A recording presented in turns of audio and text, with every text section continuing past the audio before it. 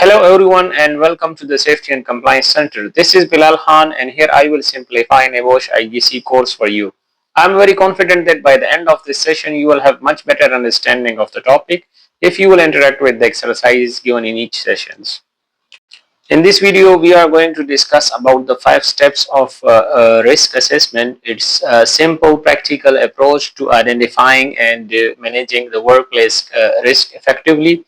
Following these steps helps to ensure a safer working environment for everyone at your organization.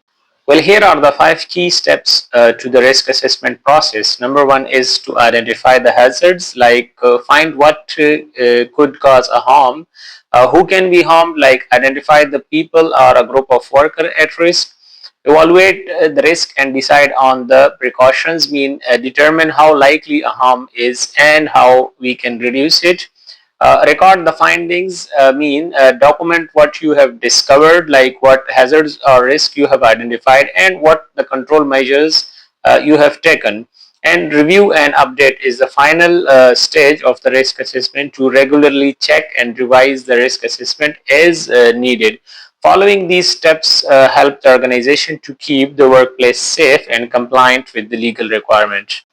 Well, the first step in the risk assessment is to identify the hazards. Anything that could cause harm, like safety hazards, can cause physical injuries such as work at height, falling objects, moving vehicles, machineries, electricity, chemicals, low oxygen levels, deep waters, and fire and explosions, animals, and violence, etc. While the health hazards may cause occupational disease or ill health, including physical factors like chemical exposures, biological agents, economic risk factors at the organization, and psychological stress across the company. So, recognizing these hazards is essential to keeping everyone safe at the workplace. Well, to carry out an effective risk assessment, we need reliable information that comes from both internal and external sources. The internal sources include the accident and ill health records that will show you the risk resulted in accident, the absence reports and the medical data that will show the reasons behind the absenteeism, that may be the hazardous conditions. The past risk assessment will simply provide a list of hazards present in their workplace. The maintenance logs and the inspection reports will provide a realistic data or realistic kind of hazards that may present on the workplace. The safety audits and investigation findings could be a good source of hazards and risks at the workplace. Minutes from the safety committee meetings where hazardous conditions could have been discussed or highlighted by the safety representatives or workers. The external source of information include the national legislation and approved codes of practices. The standards like BSI and ISO, mean International Standardization Organization, and the BSI is the British Standard Institute. Manufacturers safety information, the guidance from the trade association and international bodies, publications, trade unions, and safety focused charities. All of these could be a good source of external source of information. Using both type of sources help to ensure a thorough and well-informed risk assessment. Well, here are several useful methods for identifying hazards in the workplace, including the task analysis, breaking down a job into steps and spot the hazards before work begins. The legislation and standards, using law, guidance, document, and codes of practice to identify the legal requirement and the risk. The manufacturer's information, such as the operating manuals and the chemical safety data sheets that highlight the product specific hazards.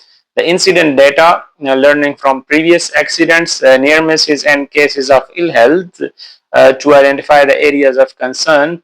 These methods basically help ensure no significant hazard is overlooked.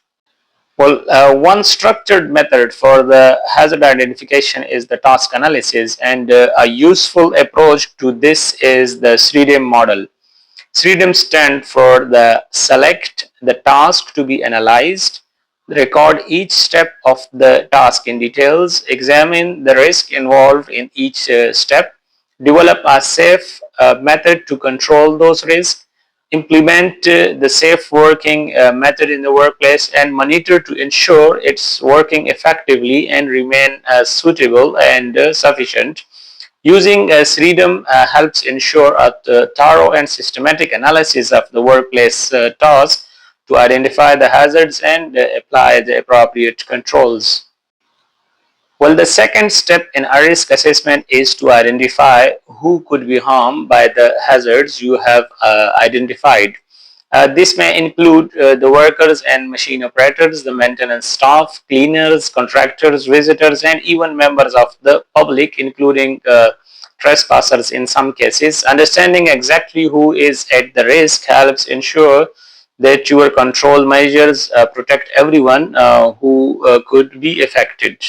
Identifying the people at risk, it is important to consider vulnerable individuals such as the young workers, the new or expectant mothers, disabled workers, and lone workers. These groups may face higher risk and often require special consideration in the risk assessment process. Well, the step three is about evaluating the risk and deciding what precautions are required. At this stage, ask yourself whether the level of the risk is acceptable or does it need to be reduced. Remember, risk is calculated as the risk is equal to the likelihood into severity. These steps help you determine whether the existing controls are enough or if more needs to be done to protect the workers at the workplace. In the step 3, we evaluate the risk by considering two factors like risk is equal to likelihood into severity. This means we assess how likely an event is to happen and how severe the consequences could be. So, in the risk assessment, we always focus to reduce the likelihood of a contact with the hazards by applying the engineerings or and administrative controls, while the severity remains the same as the nature of hazard cannot be changed. So understanding this helps us to decide what precautions are necessary. While managing the risk, we use the hierarchy of control, starting with the most effective methods like the number one is elimination, in which we completely remove the hazard from the workplace. The second one is the substitution, to replace a hazardous material, process, or equipment with a safer alternative. In the engineering controls, we physically control the hazard by isolation or total enclosure of the hazard, separation or segregation from the people, partial enclosures to reduce the exposure, and using the safety devices like the safeguards and interlocks. The step number 4 is the administrative controls, like changing how people work by implementing the safe system of work, reducing the exposure by limiting the time outdoors, providing the information, instruction, training, and supervision to the workers. And step number 5 is the personal protective equipment, which is the last line of defense, providing the protective gear such as gloves, helmets, masks to reduce the risk when other controls cannot be eliminated. By following this hierarchy of control, we prioritize the most effective way to keep everyone safe at the workplace. There are 5 main types of safety signs used in the workplace to communicate the important information. The prohibition signs shows actions that are not allowed, usually with a red circle and slash. The warning signs alert us the potential hazards or dangers ahead, often in yellow with a black symbol.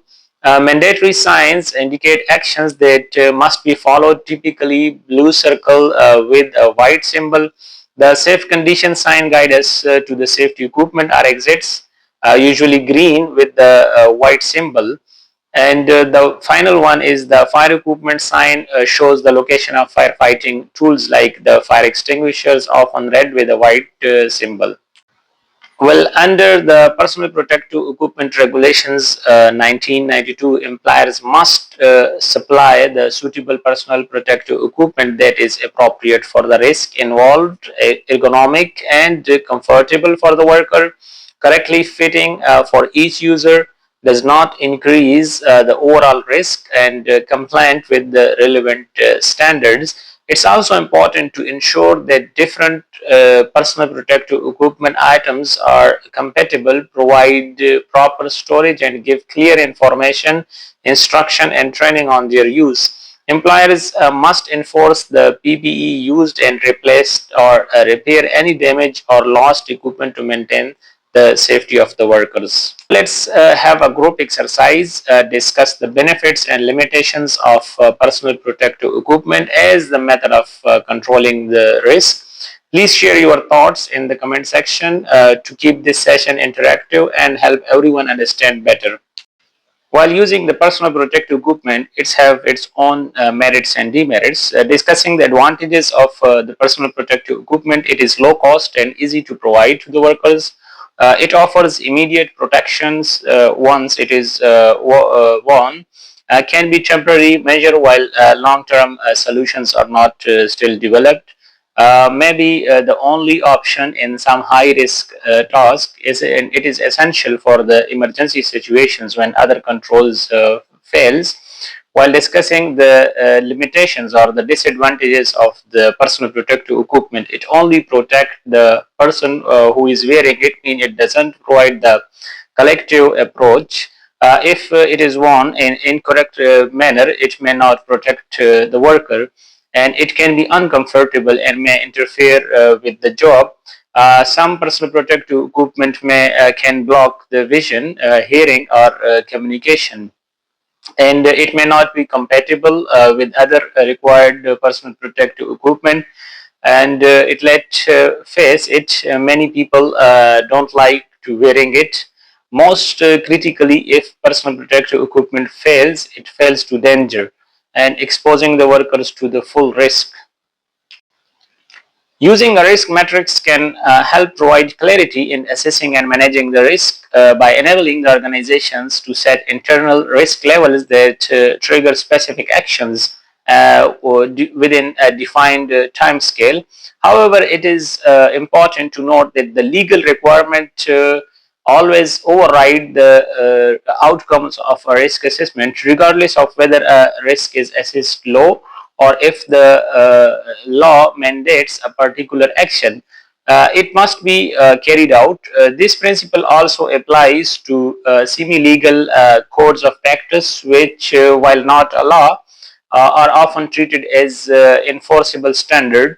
Additionally, official guidance can offer valuable direction in interpreting the legal duties and implementing the appropriate control measures. Let's break down the four key types of risk you need to know. The residual risk, this is the risk that remains even after you have put all type of the control measures in the workplace. The acceptable risk, that means that this risk level is low enough to live with. You are good to go with that kind of risk. The tolerable risk is not ideal. It is still risky, but we can manage it for a short time with the temporary controls. And unacceptable risk, this is ones with a red flag. It is a way too high and must be dealt with immediately.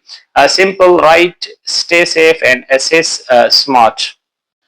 The step number four of the risk assessment is to record your findings and putting the actions into the workplace. Here is what you need to include: the activity or the area you assessed and the hazards you found in the workplace.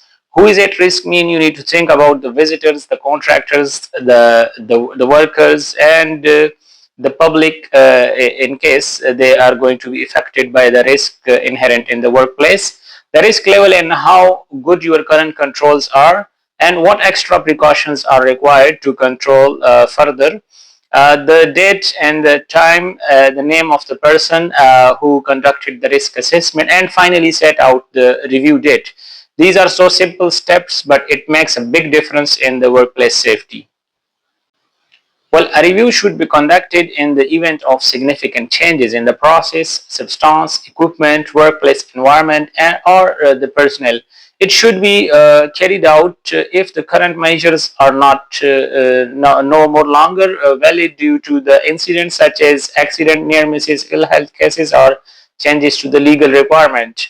Additionally, review must be performed periodically to ensure the ongoing effectiveness and compliance with the legal requirement. Now it is your turn. Drop your risk assessment and control measures for the lawn moving in the comment section below. Let's hear your ideas and keep this session interactive. Thank you very much for watching this video from the Safety and Compliance Center. If you have any question regarding this session, please drop your question in the comment section. I would love to answer that. This is your channel. Like it, subscribe it for more safety contents. Stay safe, stay blessed, and goodbye.